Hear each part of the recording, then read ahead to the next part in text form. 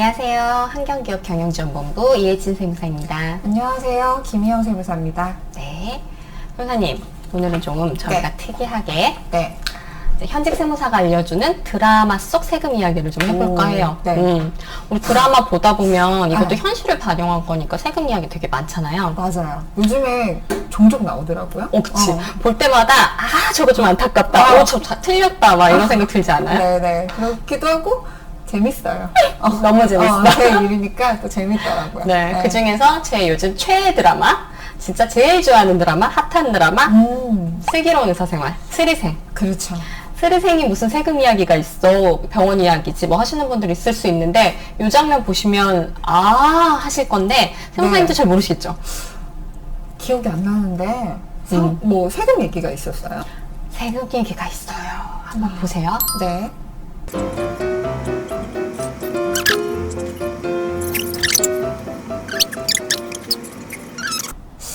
느낌 오죠? 우리 양석형 교수가 담당 세무사가 없나 봐요.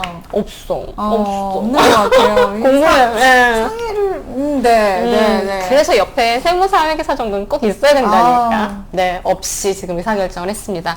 우리 변호사님이 이 부분에 대해서 코칭을 못 해주셨나 봐요. 변호사님이 세법을 잘 몰라. 네. 자, 지금 무슨 내용이냐면요. 양석형 교수 아버님께서는 태성어페럴이었나? 네.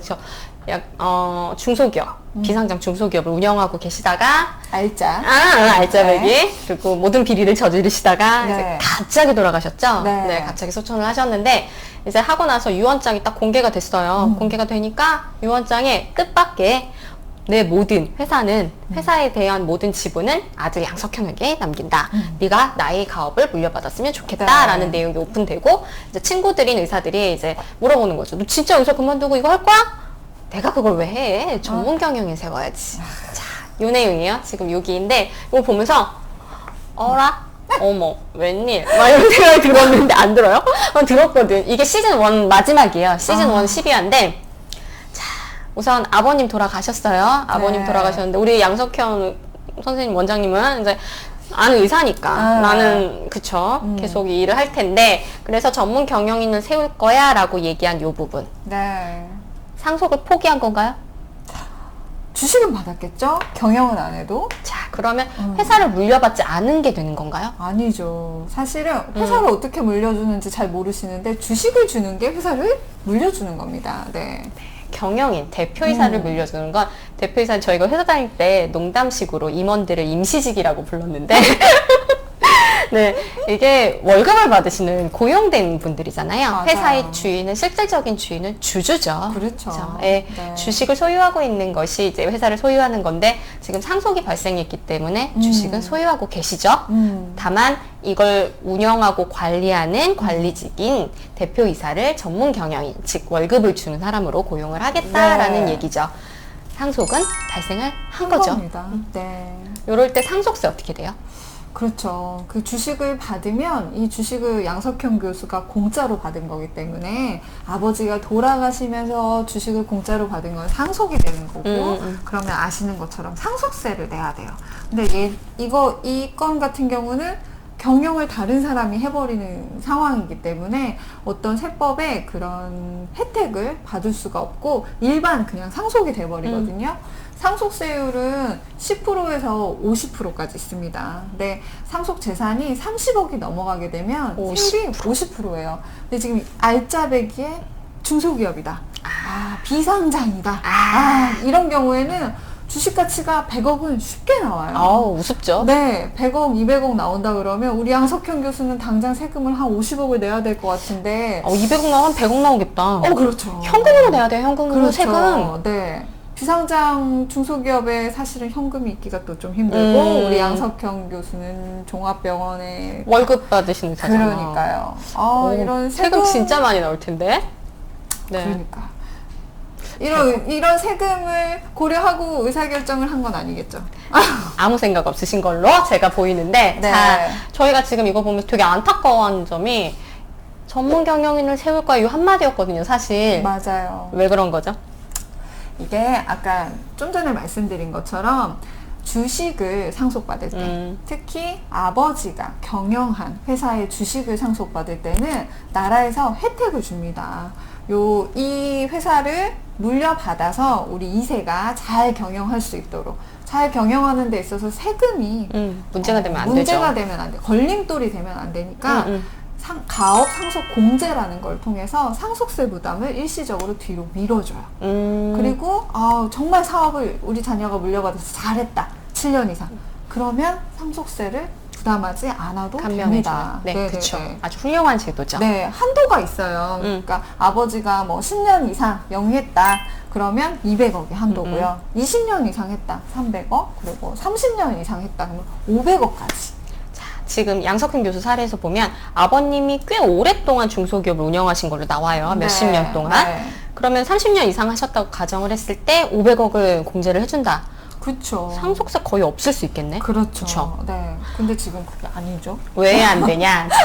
가업상속공제라는 것은 나라에서 해주는 일종의 혜택이에요. 고용률을 유지하고 경제 네. 발전을 위해서 해주는 혜택인데 여기가 그냥 해주는 게 또 꼼짝은 없어요, 우리나라가. 그렇죠. 요건도 되게 까다롭고 사후관리도 있어요. 네. 우선 요건이 뭔가 있을 텐데 그 요건 때문에 지금 저희가 양석현 교수님 이걸 받으실 수 없는 건데 요건이 뭐가 있죠, 세무사님? 이게 혜택을 줄 때는 사실 엄격하게 주는 게 맞잖아요. 그쵸. 이 사람 저 사람 다 주게 되면 사실 세금은 누가 냅니까? 그렇죠? 그래서 요건이 있어요. 그러니까 일단은 돌아가신 분이 10년 이상 대표이사로 재직한 회사여야 되고 지분을 50% 이상 계속 갖고 계셨어야 그쵸. 돼요. 일단 요 요건을 충족하고 물려받는 자녀는 상속이 일어나기 전 2년 전에 사실은 가업에 종사를 해야 돼요. 그러니까 가업에 종사는 그 회사에서 실제로 직원으로 일을 해야 된다는 거고요. 그리고 이후에 상속이 개시되면 상속세 신고 기한 이내에 임원으로 취임을 해야 돼요. 그러니까 일단 이사로 등재가 돼야 된다는 거예요. 사내이사로? 네네. 네네. 그리고 신고 기한 이후 2년 이내에는 대표이사가 돼야 됩니다. 그래야 사실은 가업을 물려받은 거고 가업상속 공제 혜택을 받을 수가 있어요. 자, 이 사례로 다시 돌아가면 네. 우리 양석현 교수님께서 만약에 가업에 아버님하고 사이가 좀 나쁘지 않았다. 그래서 회사 일을 조금 하고 있었고 네. 그리고 대표이사직을 물려받았다라고 하면 요건이 어느 정도 충족이 됐겠네요. 그렇죠. 그쵸. 아버님 요건은 어느 정도 다 충족이 됐었으니까. 네. 아, 안타깝다. 안타깝다. 지금, 그쵸. 공제받을 수 있는 세금의 금액이 50억일 수도 있고, 100억일 수도 있고, 저희가 이 회사 평가를 안 해봤으니까 모르지만, 네. 150억, 200억 무한대로 늘어날 수도 있거든요. 생각보다 비상장 주식이 평가가 높아요. 맞아요. 우리나라가. 실제로 거래되는 게 아니기 때문에 세법으로 이렇게 평가하거든요. 그래서 주식 가치가 한 주당 뭐 10만 원입니다. 그럼 우리 대표님들이 깜짝깜짝 놀라죠. 어디다 갖다 팔면 되냐고 막 이런 말씀 하시죠? 당장 회사를 팔겠다고.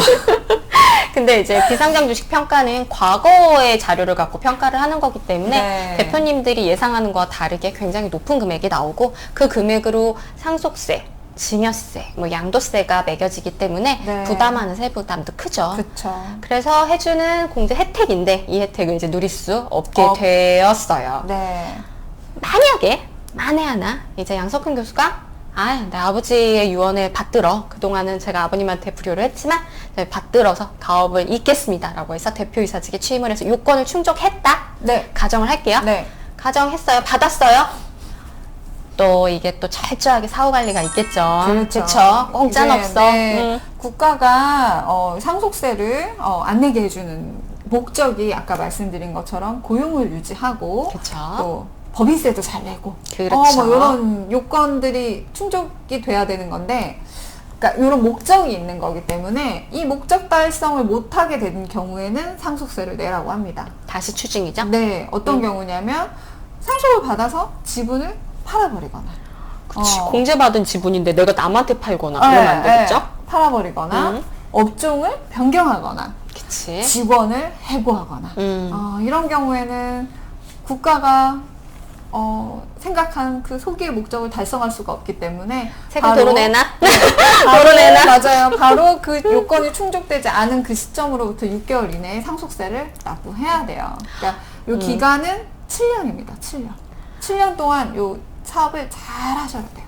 근데 짧아졌다, 그죠? 네, 원래는 10년이었어요. 10년이었어요. 네. 최초에 이 법이 만들어졌을 때는 10년이라 네. 누가 10년 동안 이걸 지킬 수 있겠어. 고용률 유지 요건 때문에 굉장히 힘들었던 법인데 네. 이게 계속 조금씩 현실성 있게 완화가 되고 있어요. 맞아요. 기업하시는 분들한테 이게 지금 가업성 공제를 받으라는 거예요? 말라는 거예요? 뭐 이게 혜택을 준다는 거예요? 안 준다는 거예요? 뭐 혜택 이랬기 맞아? 때문에 뭐 이랬는데 이제 그런 혜택을 받을 수 음. 있도록 조금씩 완화가 법이 되고 있죠. 개선되고 있는 것 같습니다. 그래서 현재는 네. 기한이 7년. 7년간만7년입니다. 유지를 하면 그 이후에는 파실 수 있으세요? 그 이후에는 고용률도 뭐 기업이 안 좋다. 그럼 떨어뜨릴 수도 있는 거고 늘릴 수도 있고. 예. 찾아보니까 업종도 사실은 승계받은 자녀가 신사업을 또 좀 하고 싶을 수도 있잖아요. 네. 그런 경우에는 승인을 받으면 또 할 수 있기는 하더라고요.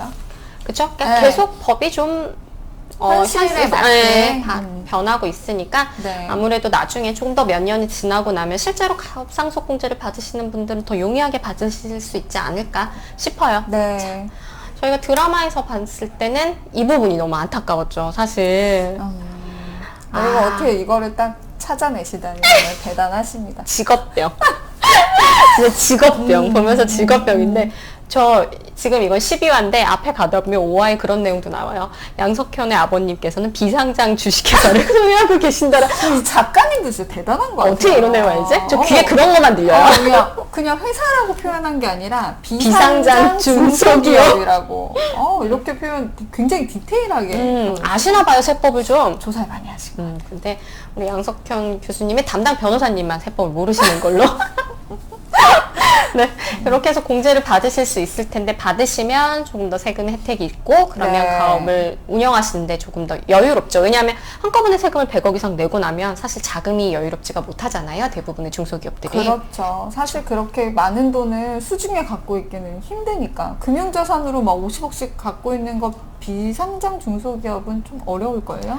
없죠. 운용자금으로 쓰죠. 대부분. 네, 대부분 그쵸? 돈 벌면 또 재투자하고 그러시기 때문에 음. 현금은 많이 없죠. 저 그런 경우 봤어요. 이렇게 해서 세금을 내야 되는데 현금이 없으셔서 부동산을 금매로 내놓으신 분 봤었거든요. 많죠. 근데 안 팔리는 거예요. 요즘 같은 경우에 왜 안 팔려? 그랬는데 소문이 나더라고. 저기 세금 필요해서 금매 내놓은 부동산이라 조금 더 기다리면 다운될 수 있다라고 업자들이 그래서 실제로 되게 급하셔서 왜냐면 6개월 이내에 납부를 하셔야 되잖아요. 그쵸. 연부연납을 하신다고 하더라도 네. 어느 정도 납부하셔야 되니까 급하게 정말 싸게 내놓으신 분들 봤거든요. 그러니까 미리 세금을 납부할 금액을 준비하시던지 아니면 이런 공제 혜택들을 미리미리 확인을 하시는 게 제가 보기엔 참 중요해요. 맞아요. 우리 양석현 교수님은 세금을 어떻게 내셨는지 조금 궁금하네요. 너무 궁금해요. 근데 되게 편안하게 사시더라고요. 시즌2를 보니까. 그죠? 현금이 좀 있었나 봐요. 어머님이 건물도 있고. 아니, 나 이 집 따랄래. 이 집 따랄래. 그러면 세무사님 마지막으로 하나 더. 이건 이제 양석현 교수님 아버님께서 갑자기 돌아가신 거잖아요. 네. 우리 근데 지금 상담 가거나 막 중소기업 대표님들 보다 보면 네.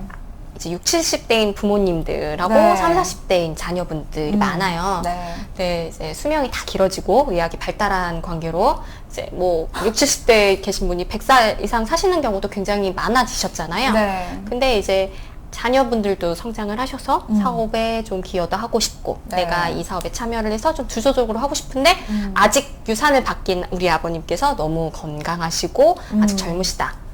이럴 때 주식을 좀 미리 받고 싶은 분들 있잖아요. 네. 이거 상속만 이렇게 혜택 있어요?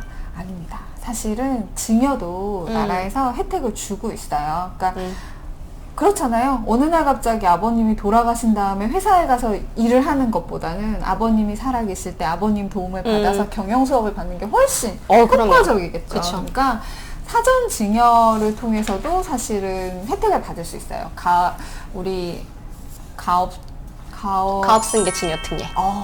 네. 가업승계 증여특례라고 합니다. 그래서 미리 사실은 주식을 증여할 수가 있고요. 근데 이 증여할 때 일반적인 증여세율은 아까 제가 말씀드린 대로 상속세율하고 똑같아요. 1억까지는 10%고 30억을 넘어가게 되면 세율이 50%가 넘어가니까 세금이 너무 많이 부담이 되면 사실은 증여도 어렵겠죠. 네, 그쵸. 네, 근데 이 증여 특례를 활용하시면 30억까지는 10%고요. 100억까지는 20%인데요. 5억을 일단 공제로 응. 빼줍니다. 일반적인 그 우리 직계 비속 자녀한테 증여할 때 우리 10년 동안 5천만 원밖에 안 빼주잖아요. 네. 근데 이 증여 특례는 일단 5억을 오. 빼줘요. 아, 크다. 5억을 5억. 빼주고 거기에다가 또 5억을 넘어가게 증여하는 경우에는 세율이 10%밖에 안 돼요. 근데 다만 기억하셔야 되는 거는 증여한 이후에 10년이 넘어가게 되면 이게 상속재산에 원래 안 들어가거든요. 미리 근데 증여하는 건? 얘는 무조건 들어가요. 10년이 지나건 20년이 지나건 30년이 지나건 상속재산 안에 들어갑니다. 그래도 메리트가 있죠. 있죠. 왜냐면 되게 신기한 게 우리 자녀가 가업을 물려받잖아요. 그 회사에 들어가잖아요. 뭔가 분위기가 세신되면서 되게 잘 돼. 매출이 늘어나요. 되게 잘 돼. 네, 되게 잘 되고 주식 가치가 막 펑펑 올라가거든요. 그러니까 이 주식 가치가 지금 상대적으로 우리 회사가 좀 낮아.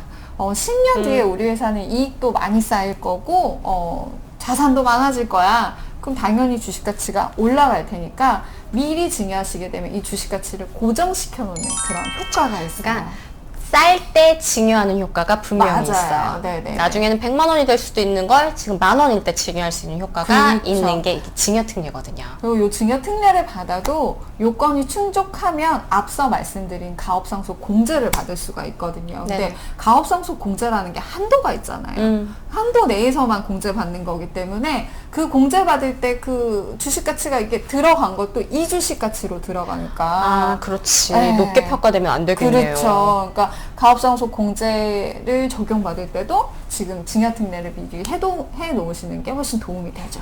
비상장 주식 평가 방법이 과거치를 갖고 하기 때문에 저희가 결손이 계속 나지 않는 이상은 계속 올라가잖아요. 사실은 맞아요. 계속 상승돼요. 그래서 지금이 가장 싸다.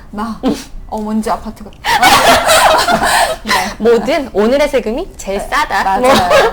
미리미리 준비하시는 게 사실은 엄청난 이익이 있습니다. 네. 근데 당장 세금 내는 거 1,000만 원, 2,000만 원이 아까워서 못 아깝다고. 하시면 나중에는 진짜 연세가 되게 많으신데도 주식을 못 주고 끌어안고. 갖고 계시는 분들. 저 지금 너무 그런 상담 많아요. 또 들어가야 돼요. 아이고. 98% 우리 아버님. 아우, 어떡하나요? 어떡하죠? 어떡하죠? 이 해결 어떡하죠? 증여특례 해드리고 싶은데 이제 그것도 요건이 좀 있어야 되니까 혹시 증여특례도 이 상속처럼 네. 뭐 7년 고용유지 이런 거 있어요? 4월 요건은 사실은 고용유지 조건 이런 건 없고요. 대표이사로 10년 안에는 들어가야 돼요. 아드님이. 요거를 되게 또 힘들어들 하세요. 이게 내가 증여특례 받아서 우리 아들한테 혹은 우리 딸한테 주식을 줬어요. 근데 대표이사는 되게 안 시키고 싶어. 하시더라고요. 근데 정말 좋은 건 공동대표 하시면 되거든요. 아버님도 안 내려오셔도 돼요. 아. 물려주고 내가 떠나는 것 같아서 사실 뭔가 아쉬워서 내 회사인데. 서운하신 많이. 회사에 대한 애사심이 있으시죠? 그래서 네. 공동 대표이사 하시면 요건 충족 가능하십니다. 네. 그래서 그러면 뭐 따로 이 요건이 4억 원 요건이 충족이 안 되면 사실 지금 5억이 빠졌죠. 세율도 10%였죠. 이랬던 거를 일반 증여세율로 다시 계산해서 이자까지 납부하셔야 되거든요. 사후 관리가 사실은 고용유지 조건이 조금 어려운 부분인데 증여특례는 그런 게 없으니까 실행을 빨리 하시는 게 제일 도움이 될 것 같아요. 그쵸. 마음 먹었을 때 오늘 당장 하는 게 세금이 가장 적다라는 네. 명언을 오늘 남기면서 네. 저희 오늘 드라마 속 세금 이야기 좀 알아봤는데 선생님들 이제 앞으로 드라마 보시면서 한 번씩 이렇게 캐치해보세요. 되게 재밌는 거 많아요. 정말 작가님들이 대단하시네요. 대단해요. 네. 네. 다음에도 혹시 또 보다가 제가 재밌는 내용이 있으면 알차게 내용 준비해서 찾아뵙도록 하겠습니다. 감사합니다. 감사합니다.